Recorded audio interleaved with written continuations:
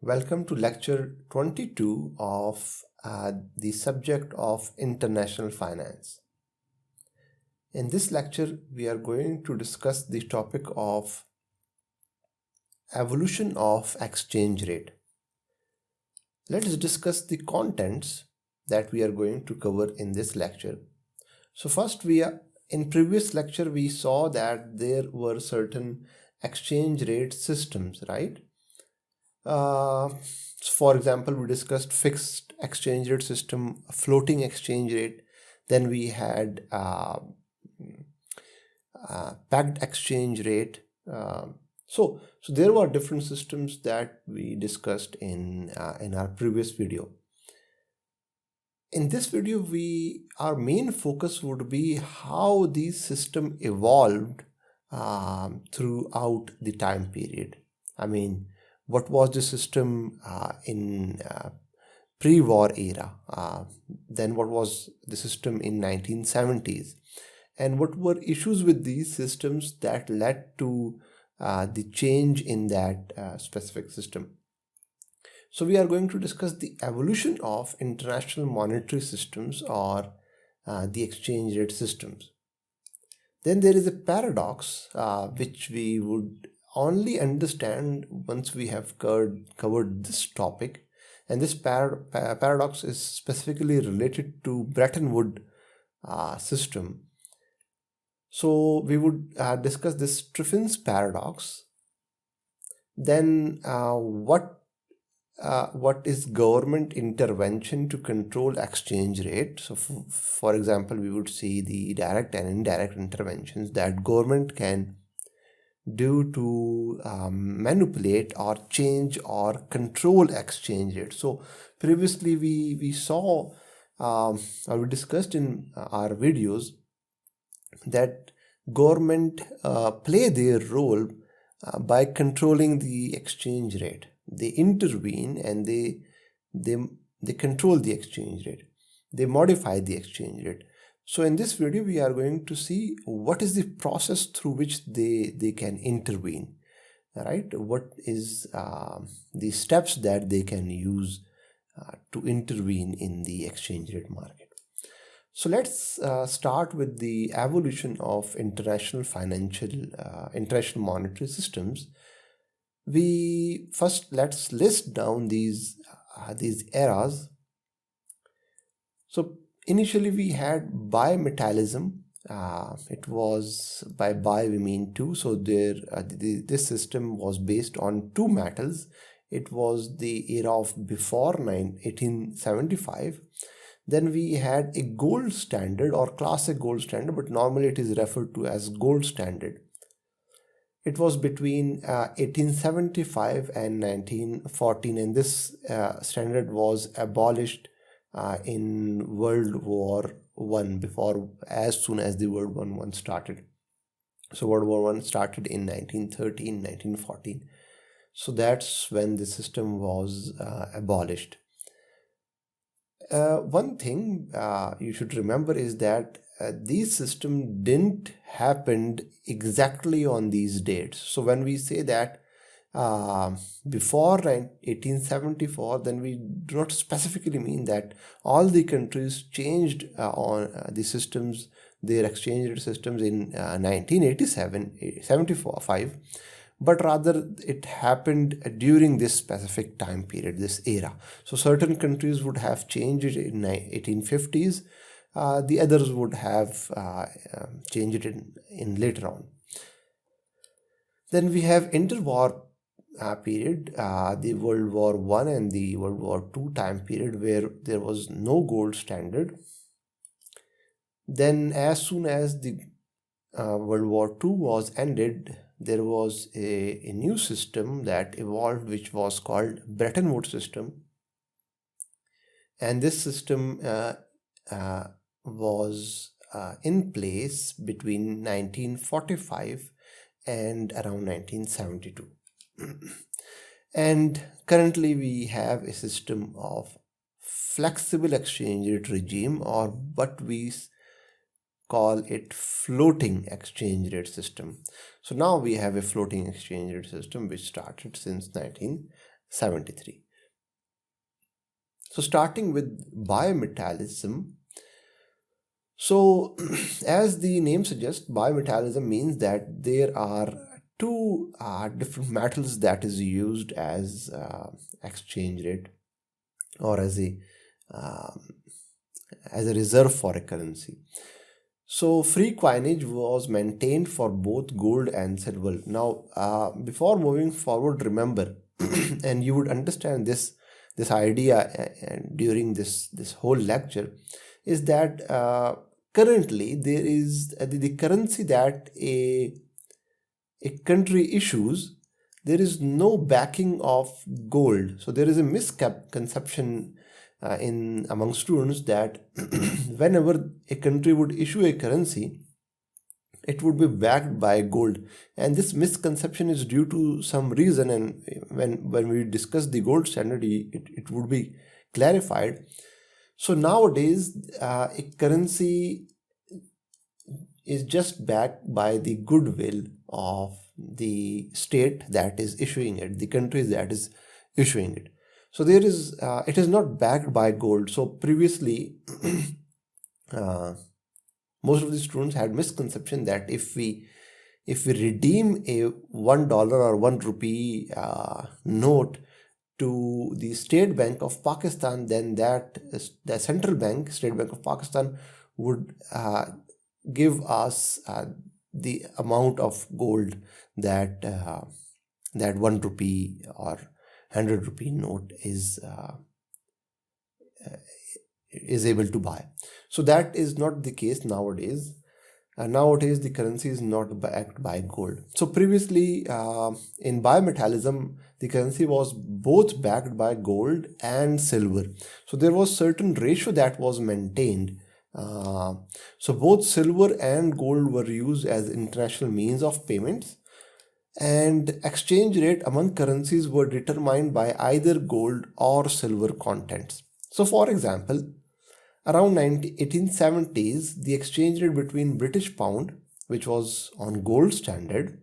So remember we said that this bimetallism was around till 75, but British had already shifted to gold standard. It had already abandoned bimetallism in till 1870s. So British was already on gold standard, but France was not on gold standard, rather it was on metallic standard. So its currency was backed by both gold and silver. So if we wanted to determine the exchange rate between British pound and the franc, the France currency, French franc, then it would be determined by either the gold content that they both have. So for example, in case of British pound, for example, the Bank of England stated that 1 pound is equal to, for example, 2 ounces of gold. So if someone would redeem 1 pound to Bank of England, then they would give them 2 ounces of gold. Because British was on gold standard, but because France was on bimetallism, so in that case there was certain ratio which is called mint ratio or gold to silver ratio. So for example, the franc had gold to silver ratio of, say, for example, 1 to 15, right? Now what this 1 to 15 would mean, 1 to 15, this would mean that 1 franc would contain 1 part of gold and 15 parts of silver. So if you would redeem that franc in bimetallism, you would get silver and as well as gold. Okay, but how do we determine the exchange rate in that case if one country was on gold standard and the other was on bimetallism? So either it would be determined on the gold content or on the silver content. So in this case, say for example, because one British pound was equal to 2 ounce of gold, one franc was equal to 1 ounce of gold. So we can determine the British pound versus franc rate as 2:1, right? So each franc would be equal to 2 British pounds.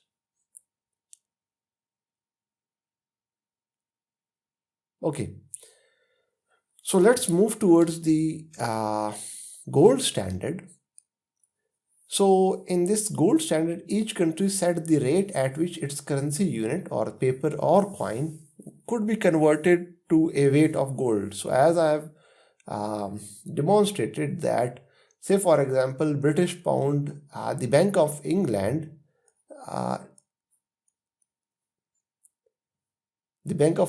decided that 1 pound would be equal to 2 ounce of gold. So in this case, in gold standard, each unit of currency, whether it is a paper or a coin, right, each unit of currency can be converted to certain weight of gold, right? This is the gold standard. So for example, $1 is equal to 6 ounce of gold, or rather each ounce of gold can buy you $6, right? And each ounce of gold can buy you 2 pounds, right? So if we wanted to determine the exchange rate between US dollar and pound,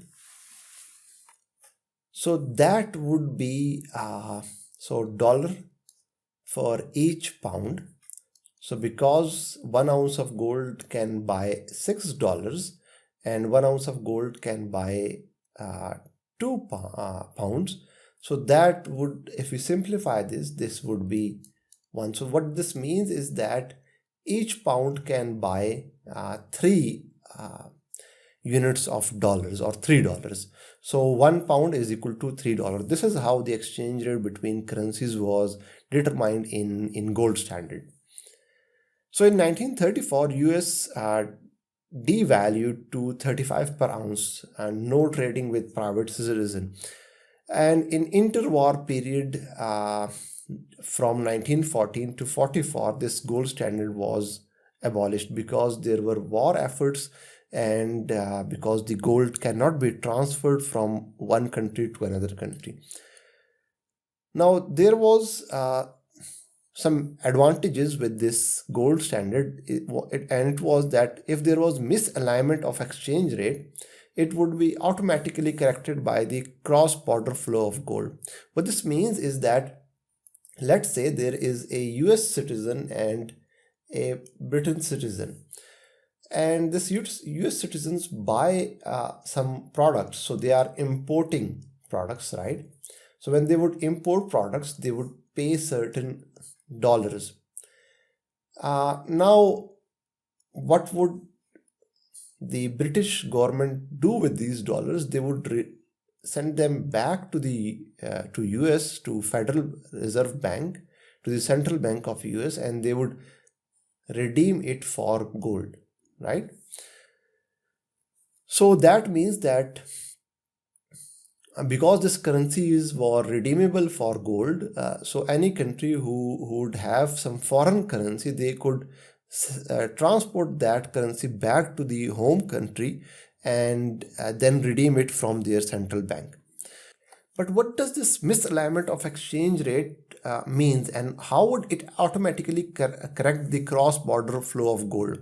So for example, in previous slide, we saw that 1 pound 1 pound was equal to $3. So 1 pound can buy $3. But let's just say in market, in the exchange rate market, 1 pound was being traded for $2. So what this means is that in the market, the pound was undervalued, right? Its value is lesser in the market. Actually, it had been $3 for each pound, but in market it is being traded at a lower price. What would happen? So people will buy pounds using dollars, right? Because using dollars, pound is cheaper. So obviously I would want to buy pounds using dollars. But they will not buy dollars using pounds.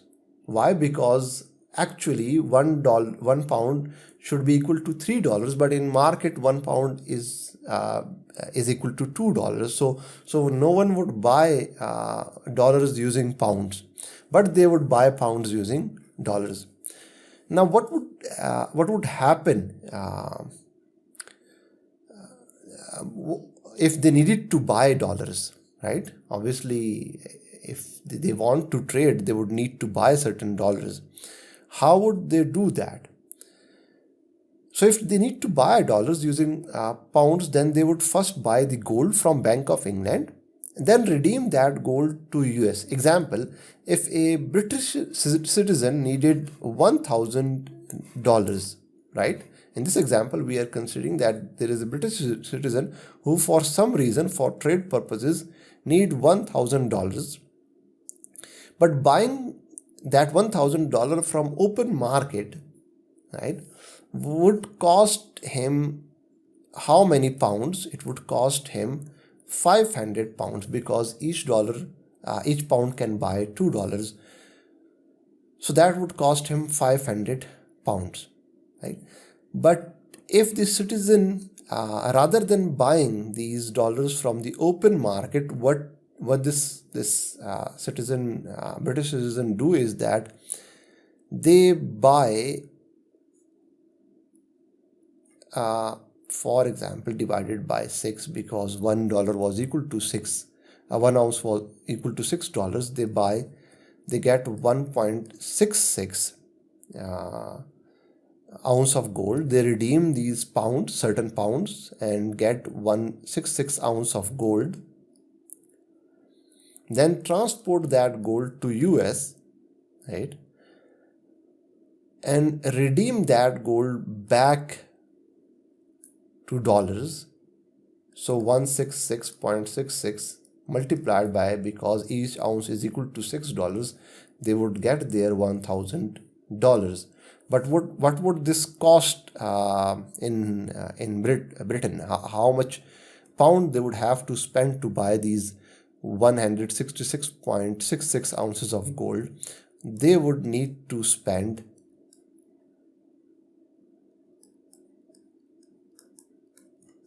this much amount of pounds to buy 166.66 ounce of gold. Why? Because they need 2 pounds to buy 1 ounce. So to buy 166, they need 333 pounds of pounds, right? British currency. So if they had bought these $1,000 in the open market, it would have costed them 500 pounds. But rather than buying it from the open market, because they bought it by converting the gold, it costed them 333, almost 170 pounds lesser than the market value. Now, what would be its effect on the currency? Because people will only buy pounds and not sell pounds for dollars, this would lead to an increase in the price of pounds, and hence it will automatically be adjusted to fair value. But now in the open market, this would not be the scenario, but rather 1 pound would be equal to $3. Why is that so? I just explained the reason. Because everyone would be buying the pounds and no one would be selling them, right? So this would lead to an upward pressure on the value of pound. So the point is, the simple idea is that whenever there was misalignment in the gold standard, right? According to gold standard, if the intrinsic value was this one, but if it was traded overvalued or undervalued from the intrinsic value, then that would automatically, alignment in the exchange rate would automatically be corrected in the gold standard. So let me clear this screen. So I have just explained this all scenario. Suppose £1 is traded for $2. This is the market value and the intrinsic value was 1 is equal to $3. A pound is undervalued in the market. So people will buy pound using dollars, right? Because pound is cheaper using dollars. So everyone buying pound would increase the demand of pound and hence its price, but not dollars. So no one would buy dollars using pounds, right? So the supply of pounds would also decrease. So to buy 1000, buy 166, if a British citizen wanted to buy $1,000, they would simply buy 166 ounce of gold from the Bank of England, which is the central bank of Britain, and they would redeem these in the US for $1,000. That would only cost them 333 pounds. Another advantage of gold standard is that if there is international imbalances of payment, by international imbalances we mean that if balance of payment is in deficit or balance of trade is in deficit. Remember, we discussed this balance of trade and balance of payment in our previous videos. This trade deficit will also be corrected automatically. So for example, if Britain exported more goods to US and imported lesser products from US, this would lead to an increase in flow of gold to Britain, right? And because more gold would be exported, would move to Britain, its price level would also increase, and hence because of the increase in the price level, the Britain goods would become expensive for the US citizens and they would now import less of them. Okay, some advantages and disadvantages of gold standard. It controls the money supply and inflation. Now remember, the government would only issue currency notes if they knew that they can back that currency note by gold, right? If they could not back that currency note by gold, they would not issue a newer currency, right? And if you remember the concept of inflation, the general increase in prices, why the prices increases? Because of increase in money supply. So because of the expansion of money supply. So if money supply increases, then the value of money in circulation would decrease, and hence the prices would increase. But because of this restriction that government would only issue newer currency if they knew they can back them by gold, would also control the money supply and hence inflation. Okay, maintain adequate reserve of gold to back its currency. Again, it's somewhat similar, because the central bank need to redeem the gold. They would give the gold back if someone redeemed its currency notes. So they need to maintain a reserve to back their currency value. Limiting the rate at which an individual country could expand its money supply. It is similar to the idea that we have just discussed, because money supply, new notes can only be printed if there was enough gold. So they would first have to acquire the gold and then print the money.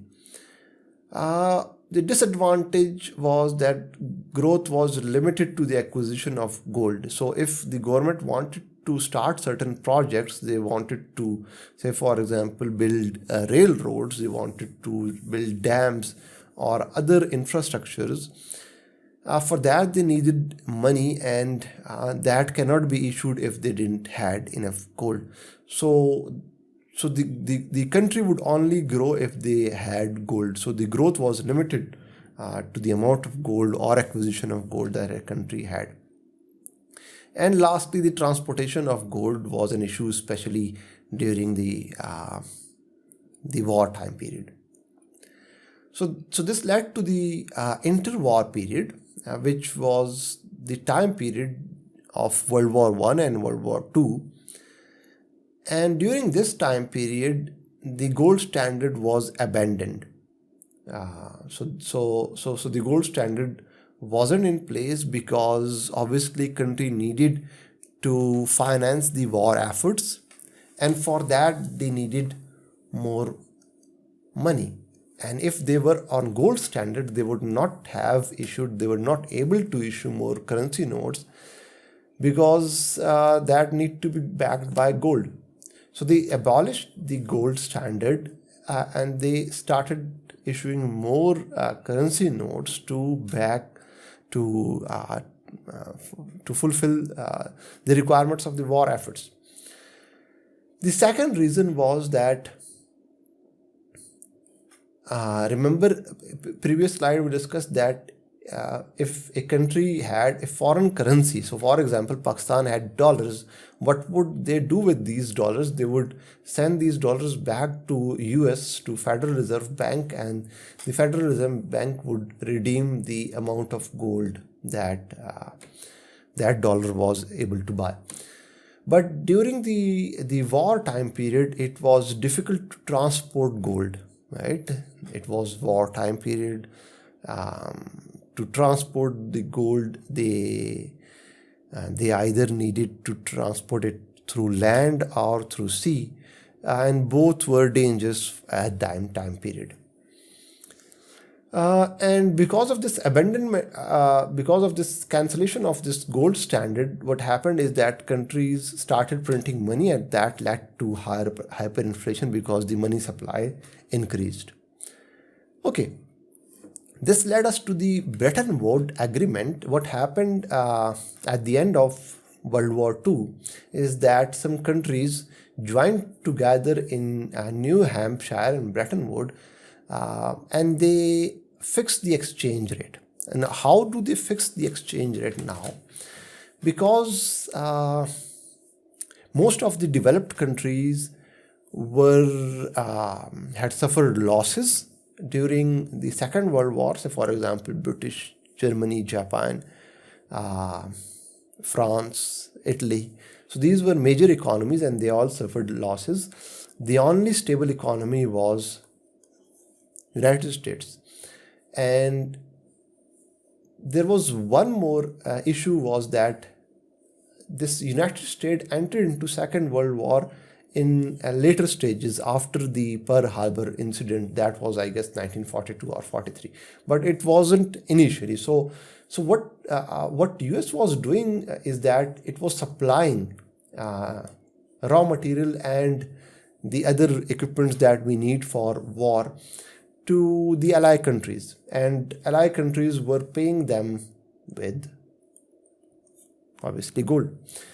So now most of the countries didn't had enough gold,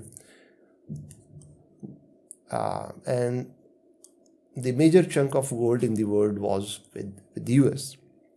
So one thing, US being the strongest economy at that time period, because they didn't saw any war on their land, their industries were not damaged, right? Their infrastructure was not damaged. They didn't fought any battle on their home ground. And secondly, they had abundant gold.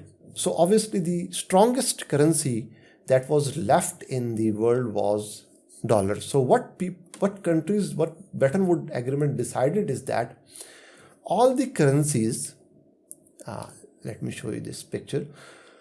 So all the currencies would be linked to US dollars, and US dollar will then be linked to gold, right?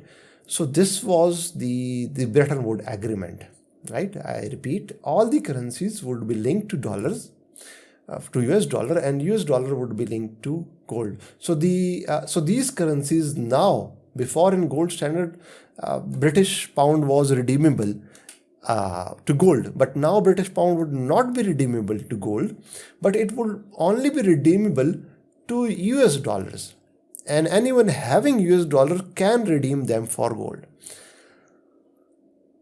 Okay, and then the rates were also fixed. So for example, 1 ounce of gold could buy $35, right? So 1 ounce of gold could buy $35. This rate was fixed, and at the same time, each country's exchange rate with respect to US dollar was also fixed.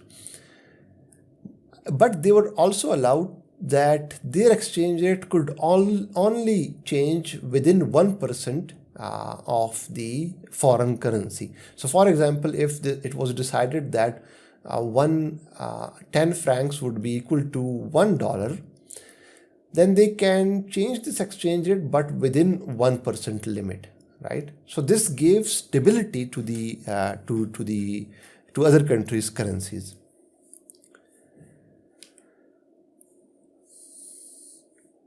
Now, we have discussed this, that currencies values were fixed in terms of US dollars, and countries were not required to exchange their currencies to gold, but they would only exchange their currency to dollars, and then dollars was only convertible to gold. Devaluation or revaluation was discouraged, and okay, with the passage of time, the US dollars was devalued. So for example, in 1971, the dollar was devalued. So before, if 1 ounce was able to buy 35 US dollars, now it was able to buy 38 US dollars. Boundaries of the currency's values were expanded to within 2.5% above or below the rate. So initially it was 1%, that they can only vary within 1%, but in Simpsonian agreement it was allowed to vary within 2.25%. And I just described this, that now instead of 1 ounce of gold being able to buy $35, it would be able to buy 38. So dollar was devaluated in essence. It was further devaluated in 1973 for $42, and the reason for this devaluation would be discussed in next slide. So there is this Trifan Paradox, which was introduced by Professor Robert Trifan. Now, what this paradox says is that the reserve currency country should run balance of deficit to supply reserves. What this means is that every currency being linked to dollars, right? Everyone wants dollars. So the US would need to increase the supply of dollars. Why? If the supply of dollars is not increased, these countries would not be able to grow. So to increase the supply of dollars, the country would run a balance of deficit, right? So to satisfy the growing needs for the reserves, the United States had to run the deficit continuously. So if there was a continuous deficit, what would happen to the trust in dollar, or essentially its value? If we increase the supply of dollars, then we know that its value would decrease, right? But so this is what the Trifan Paradox stated, that any reserve currency, it is doomed to happen to this reserve currency that it would run a balance of payment deficit and its value would depreciate. But if such deficits are large or persistent, they can lead to a crisis of confidence in the reserve currency. This is what I've just explained, and causing the system to downfall or its value to decrease. So that's why its value was devalued from 35 to 38 and then to 42.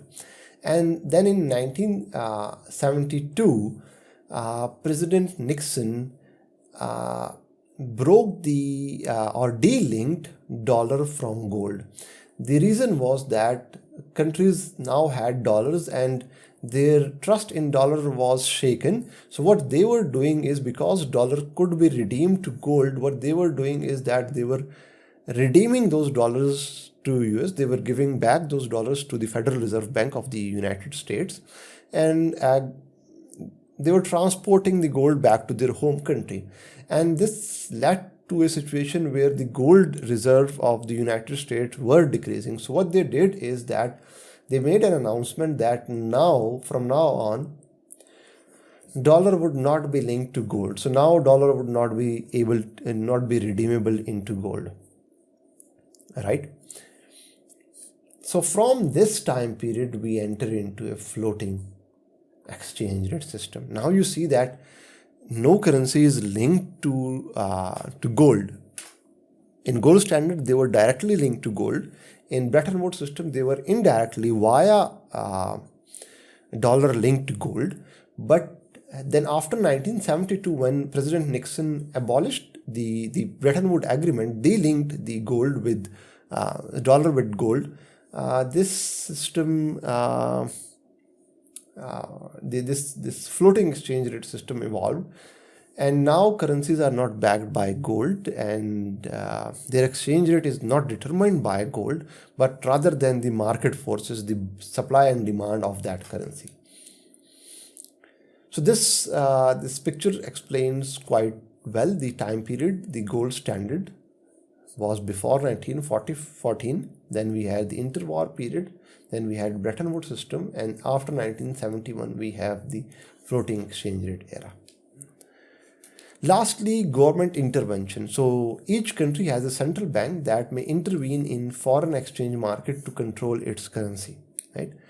A central bank may also attempt to control the money supply in its country.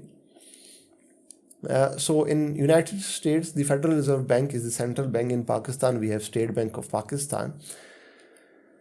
So there are. So what would happen? What is the advantage of this government intervention? The advantage is that it smooths the exchange rate movement. So now the exchange rate would not be volatile. It would be smooth. Its movement would be smooth, because the government is controlling that.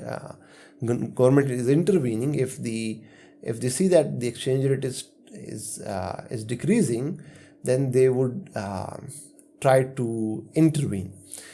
It establishes implicit exchange rate boundaries. So now investors know that this exchange rate would vary within this boundary. So we know that the Pakistani rupees would be within the range of 155 to 163, 64 in the short run. So this is for the temporary disturbance, right? So the investor have some confidence in the exchange rate. So there are two types of interventions. One is the direct intervention. It refers to the exchange of currencies that the central bank hold as reserve for other currency in the foreign exchange.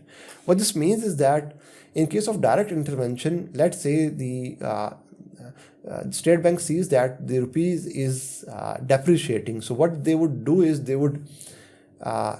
rupees is depreciating against dollar, for example. So what they would do is that they have the dollar reserves with them. State Bank do have dollar reserve with them. So what they would do is that they would start buying rupees for dollars. So that would increase the supply of dollars and the demand of rupees. So because the previously rupees was depreciating, now the rupees would either appreciate or it would become stable. So by direct intervention, we mean that the central bank would use its reserve currencies to manipulate or control the market. So direct intervention is usually most effective when central banks have high level of reserves. So if central banks do not have dollars, so now you see when most of the time we see news that State Bank of Pakistan have so much and so amount of reserves, of dollar reserves. This is important because direct intervention would also only be effective if there is high level of reserve with the central bank. And then, so for example, if this is the demonstration, graphical demonstration of previous slide. So if the central bank buys rupees using, it would strengthen dollar. So for example, previously this is the price of dollar and this is the quantity demand of rupees. So if central bank started, State Bank of Pakistan started to buy rupees for dollars, they sell dollars and buy rupees. So the quantity demand of rupees would increase and hence a new equilibrium would be found and the value of rupees would also increase. So if central bank buy rupees using dollars, it would strengthen rupees. And if the central bank buys dollars using rupees, it would depreciate rupees. So previously, if this was the scenario, and if central bank started to buy dollars using rupees, the quantity supply of rupees would increase and hence its value would decrease. And lastly, the indirect intervention is, remember, during our discussion on the determinants of exchange rate, we saw that there are certain determinants of exchange rate. One was inflation, then we had interest rate, then we have income, and there are others. So to manipulate the exchange rate or to intervene the exchange rate market, what what State Bank can do, they can either increase or decrease the interest rate. So by doing so, all the facts that we discussed in that lecture would happen and it would change the exchange rate.